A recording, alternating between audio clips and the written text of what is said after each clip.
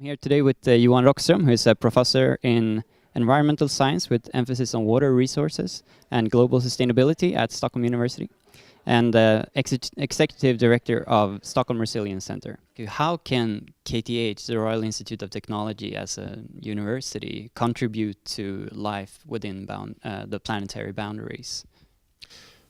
Well, I would argue that the Royal Technical University and all technical universities in the world play a fundamentally important role in a transition towards a sustainable future. Because, when you think of it, let's for a moment assume there are no sustainability challenges at all.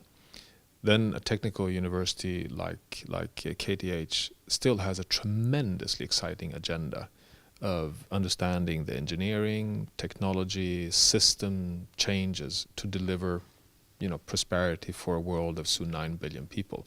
And then you add the planetary boundary dimension, the big global sustainability constraints. Well, what does that mean for a student or a professor at KTH? Well, it just raises even more the need to be clever, to be absolutely cutting edge in terms of the solutions. It actually raises even more the expectations on a university like this and the importance of a university like this. So I would say that sustainability just adds one more exciting and absolutely fundamental element to the innovation and research processes that this university represents. I would like to ask you if it's necessary for people in the developed world to live simpler lives in the future, and what that could mean. Well, to begin with, I think there's a lot of evidence to suggest that we can, through smart technologies and practices, have even better growth and well-being, still meeting sustainability criteria and basically transition into a growth model that is sustainable. But because of the huge momentum and because of the resource constraints we're seeing already today, we will certainly have to combine that with lifestyle changes. And of course, you're right that the lifestyle changes will have to predominantly occur among the world's rich, and that there is a lot that can be done to reduce our environmental impacts while at the same time maintaining a kind of a good life. And some areas that of course are obvious is how we deliver and secure our own energy and cooling, so the entire energy challenge, which is, at least in a country like Sweden, very simple today. There's no excuse not to transition from coal, oil, natural gas to wind, water, biomass, and that is absolutely possible.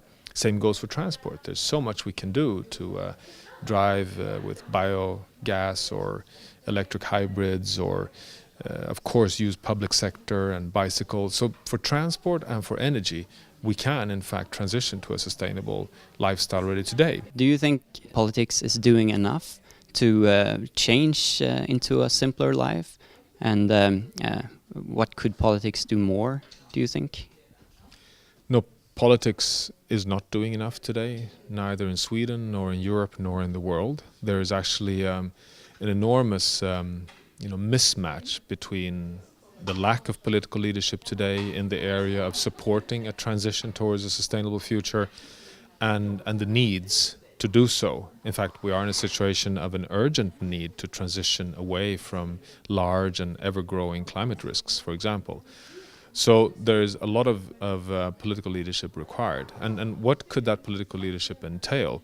Where there are some quite simple decisions that can be taken immediately.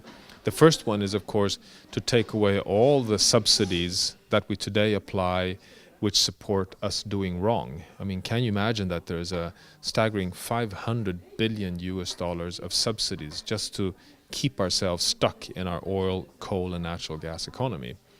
And if you would just shift away from that subsidy and instead introduce a cost to do wrong, which would make it cheaper to do right, would liberate an enormous amount of innovation and changes in lifestyle patterns. And to do that is quite simple. Introducing a price on carbon, for example, be it in a trading system like the European trading system, or be it through a carbon tax.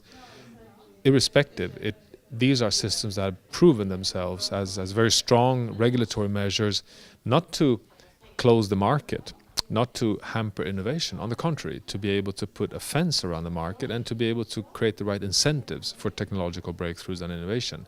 When it comes to biodiversity, it's more complicated, but one exciting policy measure is what we call payments for ecosystem services. So you can introduce a scheme where you pay farmers for maintaining diverse landscapes, different municipalities for being able to stop and halt nitrogen phosphorus fluxes by introducing wetland systems, such as has been made, for example, in Kristianstad. So you can have very clear compensation systems where you pay for services which are today taken for granted. I have another question regarding politics. You said that politics are not doing enough today. But still, I can see that a lot of politics are very well informed. So what is the lack in is it still knowledge that's lacking, or is it ignorance among politics? Well, I would argue it's neither lack of knowledge nor ignorance, even though, of course, you can probably find that also among certain politicians. I would argue it is two other dimensions. One is short-termism and the sense of trade-off. So the sense of trade-off is that politicians feel stuck today. They say, yes, I understand that we have huge environmental risks, but I need to deliver jobs and growth to be re-elected in the next elections. And this is an enormous trade-off, and they perceive it as being a contradiction, in fact. They see that, I need the planet to continue to subsidize through delivery of cheap energy, and I can cut down forests, creating jobs, but nobody has a cost side on cutting down that forest. In fact, it's just a benefit, it's just an income. So there is that difficulty on a trade-off. And the short-termism, which is linked to that, is that politicians generally have difficulties in addressing long-term risks. It's the 1, 2, 3 year horizon that matters. That's what they're judged upon. And if you invest or take decisions today that help your nation in 20 years' time, it's very difficult to translate that to opinion. I think politicians have bad advisors, and that the advisor system among politicians today is too much linked to how media is reacting. So you have politicians that are incredibly adaptive to the short-term opinions in the social and in the main media noise. And if you operate in that way all the time, you tend to lose the deeper priorities among your population, because you're always just dealing with the immediate, fires that are burning around you. And we, for example, showed that among the Swedish population, roughly 70% of the population is deeply concerned about climate risks and would like to see a stronger political leadership.